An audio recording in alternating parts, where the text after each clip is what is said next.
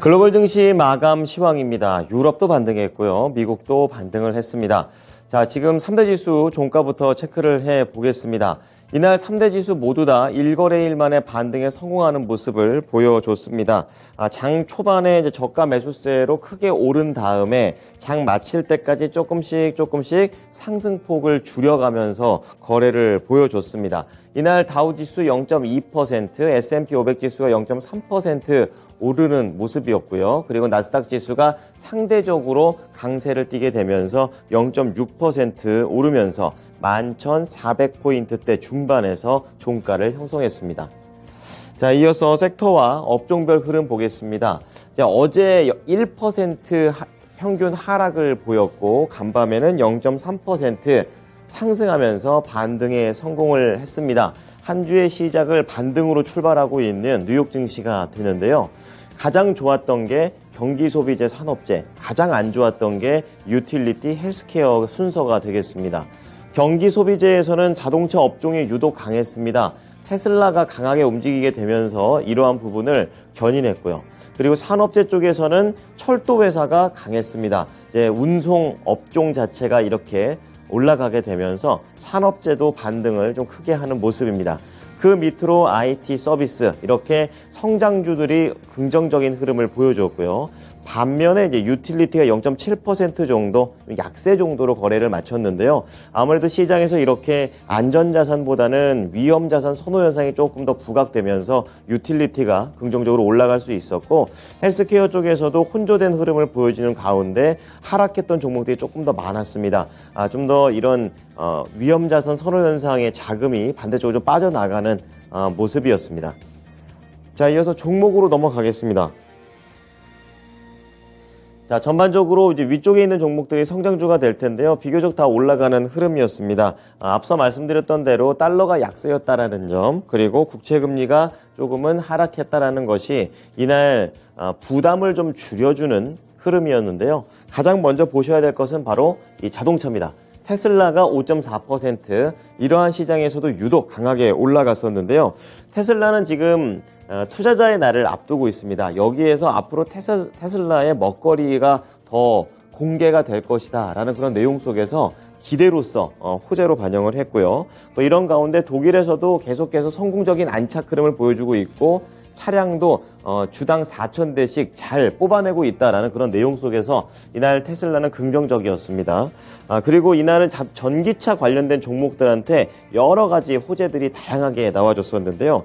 대표적으로 중국차, 전기차 중에 리오토가 있습니다. 실적 발표를 했었는데요. 평균 인도대세가 작년 12월 수준까지 크게 회복을 했다라는 쪽을 호재로 받아들였고요. 그리고 유명 자동차 브랜드가 같이 뭉쳐져 있는 업체죠. 이 스텔란티스가 1억 5천만 달러 규모의 구리광산에 투자를 한다는 내용입니다. 그러니까 2차 전지 전기차 개발에 조금 더 투자를 박차를 가하고 있다라는 내용이고요. 그리고 스타트업인 피스커 쪽에서도 처음으로 차량 인도를 한다라는 그런 소식 속에서 호재를 입습니다. 이러한 내용들이 개별적인 호재가 나오게 되면서 전체적인 업황에 대한 분위기를 살려줬습니다. 리비안, 그리고 루시드 모터스, 그리고 로드타운 모터스까지 모두 다 많게는 6%, 적게는 2%대의 상승 흐름을 보이게 되면서 이날 시장에서 자동차 아주 좋은 흐름을 보여줬습니다. 자, 중간으로 좀 넘어와 보시겠요. 이제 반도체들이 있는데요. 반도체는 약간의 혼조였지만 그래도 상승했던 종목이 더 많았던 하루입니다.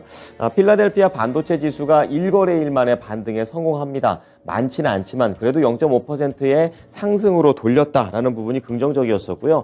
이날 엔비디아와 관련해서는 좋은 소식이 있었습니다. 3월에 예정되어 있는 GTC, 그러니까 AI 개발자 컨퍼런스를 앞두고 있는데요. AI 하면 또 엔비디아가 수혜를 받을 것이다라는 그런 내용이 예전에도 나와줬었는데 간밤에도 다시 한번 이러한 부분들이 컨퍼런스를 앞두고 부각되는 모습이었습니다. 지금 5% 이상의 상승 흐름으로 거래를 마치는 모습이었었고요. 또 2030년까지 AI 산업이 연 37%씩 강하게 성장할 수 있다는 기대감도 분석 기사가 나왔는데요. 이러한 것도 또 하나의 호재로서 작용을 했습니다. 자, 그래서 비메모리 반도체들은 이날 긍정적이었습니다. 엔비디아, AMD 모두 다 상승하면서 거래를 마쳤고, 반면에 이제 메모리 쪽에서는 약간의 하락이 나왔습니다. 0.4% 정도 약세 흐름을 보이게 되면서 필라델피아 반도체 지수를 약간은 제한적으로 상승하게 만드는 재료가 됐습니다.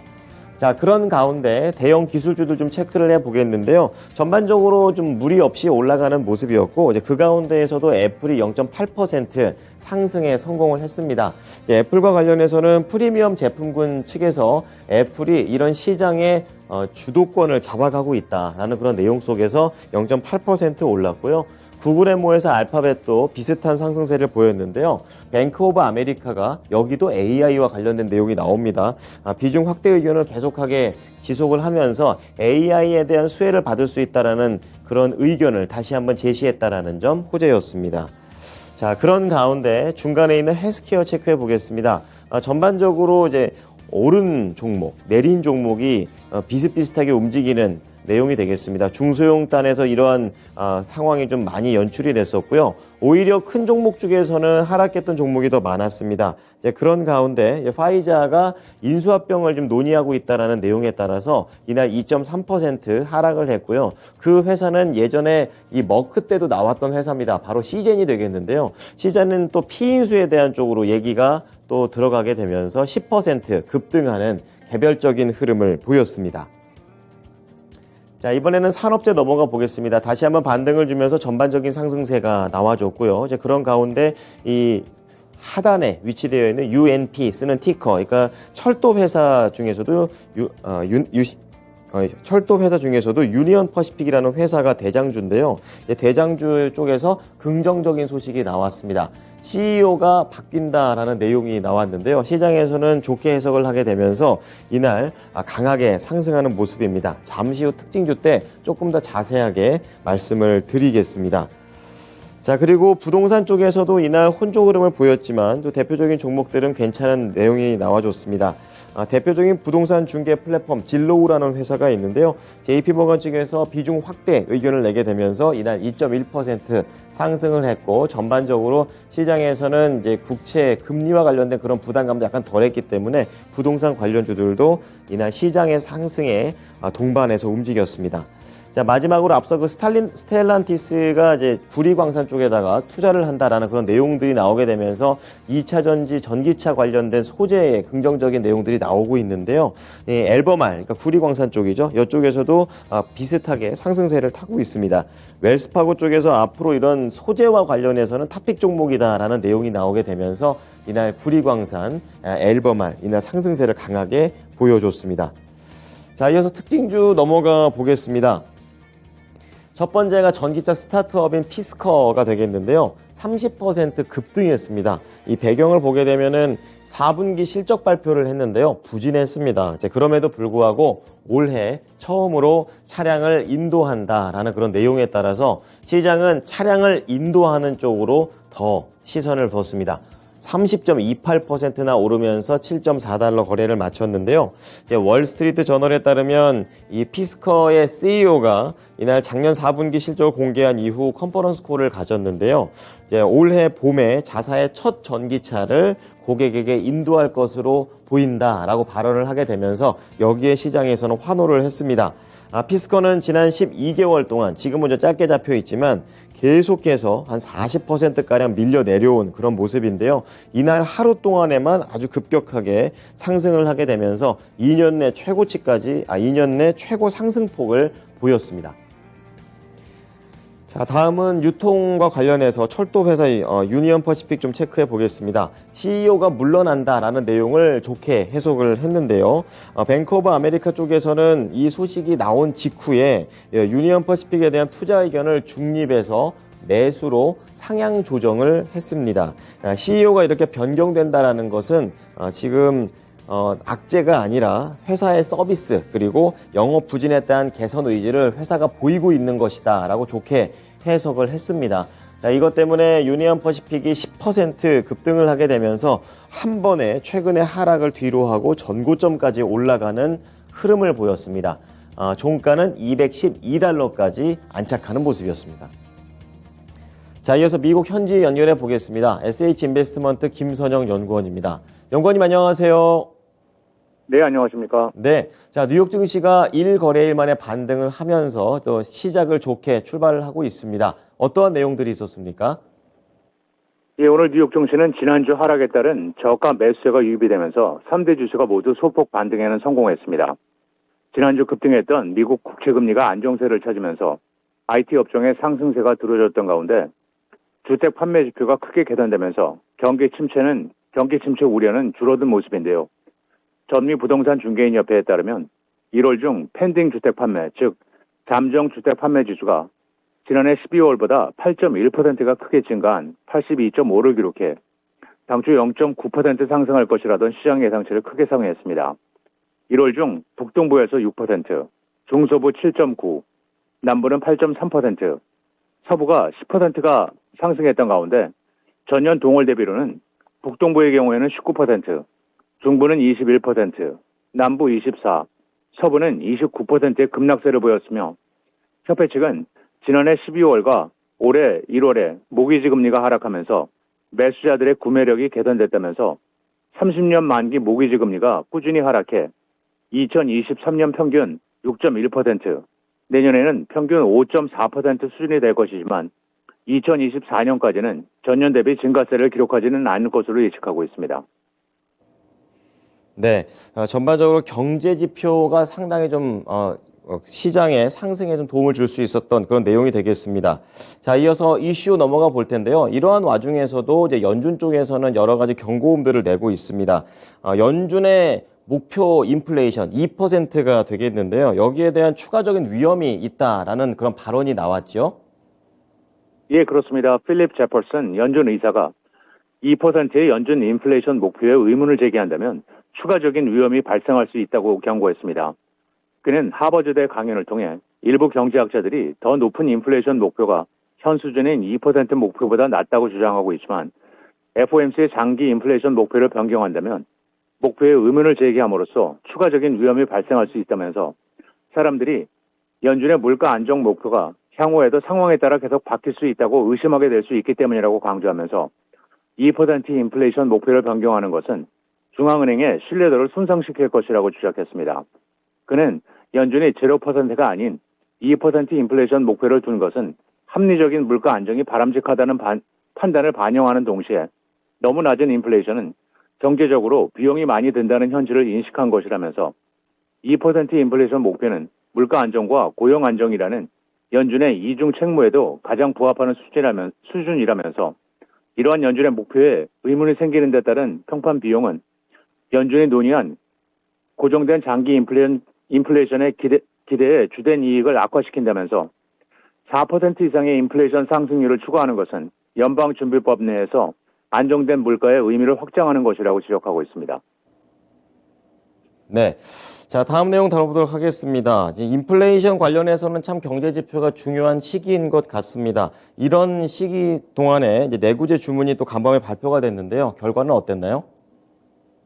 예, 1월 중 미국의 내구재 주문이 보잉의 여행기 주문 감소로 인해 예상보다 감소했지만 기업 투자는 5개월 만에 가장 빠른 속도로 증가했습니다. 연방 상무부에 따르면 1월 중 내구재 주문은 전달 대비 4.5%가 감소한 2,723억 달러를 기록했다고 발표했는데요. 이것은 시장 예상치였던 3.6% 감소보다 악화된 것이었습니다. 한편 1월 내구재 주문이 예상보다 크게 줄어든 것은 여행사 보잉의 항공기 발주가 크게 감소하면서 항공기와 부품의 주문이 55% 급감했기 때문으로 운송 부분을 제외한다면 신규 주문은 0.7%가 상승했는데요. 한편 1월 중 항공기를 제외한 비국방 자본재 신규 주문, 즉 기업 투자는 전달 대비 0.8%가 증가한 753억 달러를 기록했고 전문가들은 미국의 제조사들이 경제가 회복되고 있다는 신호로 주문 증가를 예상하면서 작년 여름 이후 가장 빠른 속도로 투자를 늘린 여파라고 설명을 하고 있습니다. 네. 자, 다음은 종목 얘기로 넘어가 보겠습니다. 이날 헬스케어 관련된 종목들 중에서 유독 하락이 좀 컸던 게 화이자가 되겠습니다. 지금 인수합병을 준비 중이라고 하던데 어떤 내용입니까? 예, 그렇습니다. 다우지수의 구성 종목인 대형 제약사 파이저가 암 치료제 개발업체 시애틀 제네틱스를 300억 달러 이상의 금액으로 인수를 할 것을 추진 중이라는 소식입니다. 월스트리트저널지는 일부 암에 효과적인 약물을 보유한 시애틀 제네틱스의 시가총액이 300억 달러 이상이기 때문에 파이저가 인수할 경우 프리미엄이 추가될 것이라면서 지난해 제약사 머크가 400억 달러 인수를 추진했지만 결렬됐다며 이번 협상은 아직 초기 단계라고 보도했는데요. 파이저는 코비드 백신과 관련 제품 특수로 인해 지난 2년간 폭발적인 매출과 이익을 기록하면서 충분한 현금을 보유하고 있으며 지난해부터 신약 개발에서 성과를 보이는 중소 바이오 회사들을 잇따라 인수하고 있다고 보도하는 가운데 오늘 시애틀 제네틱스의 주가는 10%가 넘게 급등해 178달러 16센트 거래를 마쳤고 인수 추진사인 파이저는 2.3%가 내린 40달러 78센트 거래를 마쳤습니다. 네, 인수와 피인수 회사의 차별화 장세도 나와줬습니다. 자, 내일 예정되어 있는 경제지표 그리고 실적 발표될 기업들 어떤 게 있을까요?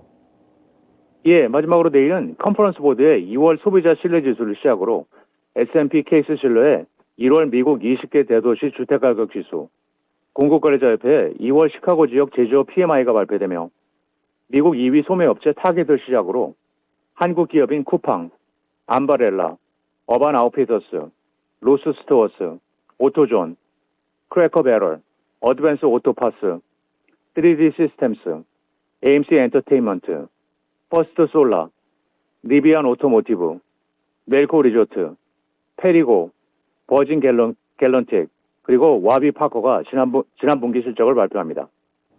네, 지금까지 SH인베스트먼트 김선영 연구원이었습니다. 잘 들었습니다. 네, 감사합니다. 자, 이어서 유럽으로 넘어가 보겠습니다. 유럽 증시도 상승하면서 거래를 마쳤는데요. 저가 매수세에 따라서 올라갔다라는 것이 시장의 평가가 되겠습니다. 이날 독일과 프랑스가 1거래일 만에 반등을 주면서 1% 이상의 상승을 보였고요. 영국은 5거래일 만에 반등을 주면서 0.7% 오르면서 거래를 마쳤습니다. 여전히 유럽에서도 미국에 대한 그런 긴축 우려는 지속이 되고 있었고요. 유럽 내에서도 인플레이션 잠정치를 좀 발표할 예정인데요. 이러한 부분을 좀 보고 가자라는 관점도 있었습니다. 프랑스하고 스페인이 28일 날, 독일 29일, 그리고 이탈리아와 유로존은 그 이후에 예정이 되어 있는데요. 이 부분도 함께 체크해 보셔야겠습니다. 자, 마지막으로 상품 시장 넘어가 보겠습니다. 유가가 살짝 밀렸습니다. 0.8% 밀리면서 75달러 거래를 마쳤는데요. 3거래일 만에 반락을 한 것이고요. 여기에서 반락할 수 있는 이유는 미국의 원유 재고가 계속해서 하락세를 타고 있습니다. 공급 과잉에 대한 우려가 연속해서 증가하고 있습니다. 그러니까 공급 과잉에 대한 우려가 이어지고 있는 거고요. 고려 고금리가 계속 장기화되고 있다는 점도 경기 침체에 대한 우려로 받아들여지면서 이날 유가를 끌어내렸습니다. 자, 그리고 구리 쪽에서는 전고점 대비 지금 6%가량 하락했습니다. 기술적인 반등이 들어왔다는 얘기도 있고 거기에다가 중국의 양회가 이제 코앞에 와 있습니다. 이제 이러한 것도 또 하나의 호재로서 작용했습니다. 자, 금값도 오르는 모습이었었는데요. 아무래도 연저점을 기록한 다음에 저가 매수세가 들어왔다는 얘기와 함께 또 여기 달러 약세도 한 몫을 하게 되면서 이날 1824달러에 거래를 마쳤고요. 그리고 10년물 국채금리 수익률은 2.1bp 좀 하락을 하게 되면서 약간은 진정되는 모습입니다. PCE 물가지표로 인해서 이제 인플레가 고착화된다라는 말도 있었었는데요. 간밤에 내구재 수주가 약간 부진하게 나오게 되면서 이러한 상승세를 반납시켰습니다. 지금까지 글로벌 증시 마감 시황이었습니다.